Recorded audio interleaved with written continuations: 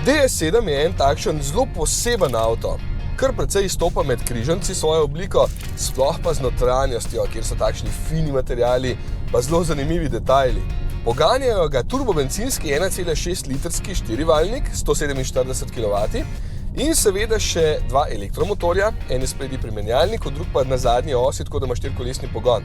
In skupaj stisnejo kar 221 kW, to je po domače 300 konjev. Pospešek do 100 5,9 sekunde.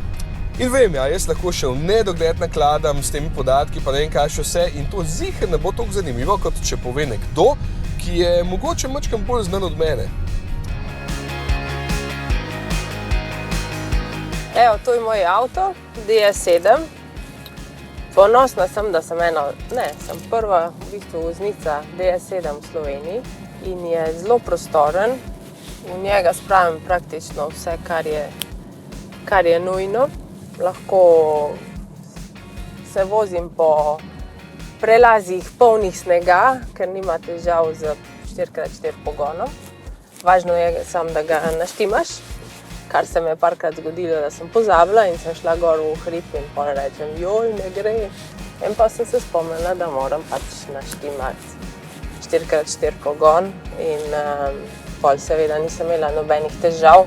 Ima 300 konjev in to je super, ko moraš koga hitro prehiteti. Vesela sem, da ga imam, ker mi bistveno olajša premike hitre, iz kraja v kraj, v šolo, v vrtec, v trgovino in je super tudi iz vidika, da ima zvečer, naprimer, ko se voziš po avtocesti, da ima nastavitve night mode, pomeni nočna vožnja, kjer ti izklopi v bistvu vse lučke in imaš samo tiste minimalne v spredi pred volanom, da te ne blešči in da si lahko kar se da zbran na avtocesti in v bistvu tudi na cesti, no.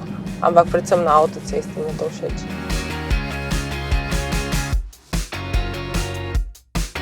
Bravo, Tina, to boš povedala, kot jaz. Ker jaz, se veš, folk se malo naveliča iste face skozi, tako da je pol boljš. Povej mi, DS, kaj ti je najbolj všeč? Kaj mi je najbolj všeč? To, da je enostaven, da je eleganten, da me je navdušil v tej smeri. Vedno punce, ženske imamo rade eleganco, lepe stvari. In ko greš v te detajle, kar se tiče avta, se mi zdi, da je nekaj posebnega in sem v tem začela, mogoče zdaj, ko imam več časa, se s tem ukvarjati malo bolj pazljivo.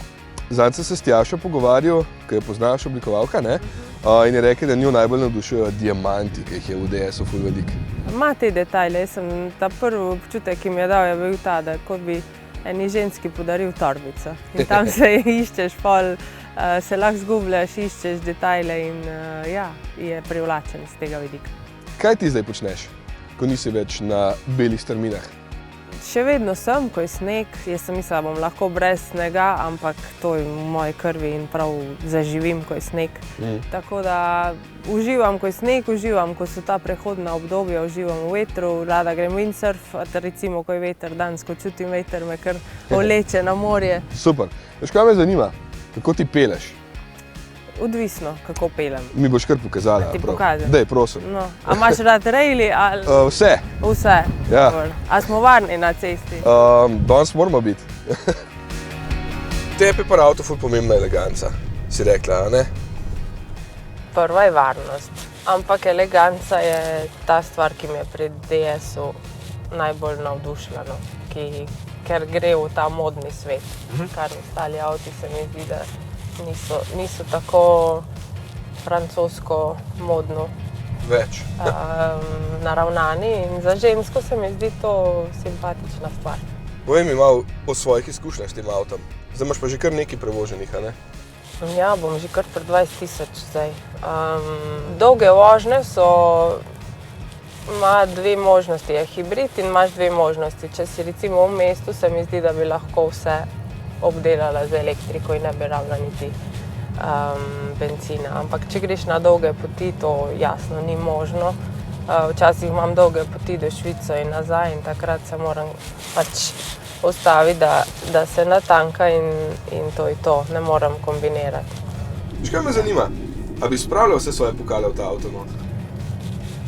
Bi.